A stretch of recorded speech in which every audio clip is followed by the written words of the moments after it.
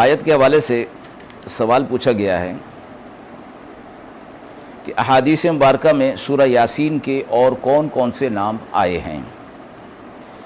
امام غزالی رحمۃ اللہ علیہ نے فرمایا کہ حدیث مبارکہ میں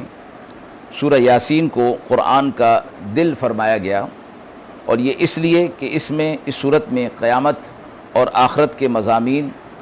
خاص تفصیل کے ساتھ بیان فرمائے گئے ہیں، اور اصول ایمان میں سے عقیدہ آخرت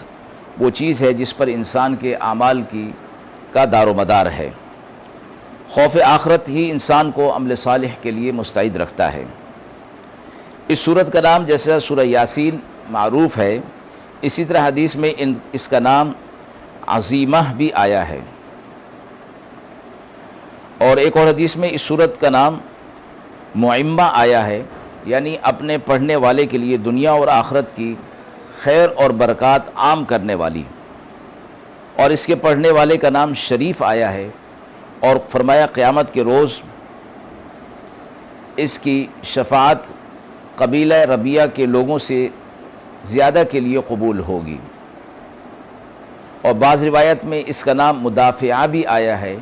یعنی یہ اپنے پڑھنے والے کے لیے بلاؤں کو دفع کرنے والی ہے، اور ایک اور روایت میں اس کا نام قاضیہ بھی مذکور ہے، یعنی حاجات کو پورا کرنے والی۔ اس لحاظ سے اس کے بڑے فضائل آئے ہیں، اور سورہ یاسین کے لیے فرمایا گیا کہ جو شخص اس کو صبح کے وقت پڑھ لے، اللہ تبارک و تعالیٰ اس کے لیے پورے دن کے اعمال کی کفایت فرماتے ہیں۔ اسی طرح جو شخص شام کے وقت پڑھ لے تو صبح تک کے اس کے لیے کفایت کی جاتی ہے، اور اس پر خیر و برکات نازل کی جاتی ہیں۔ وآخر دعوانا ان الحمد للہ رب العالمین۔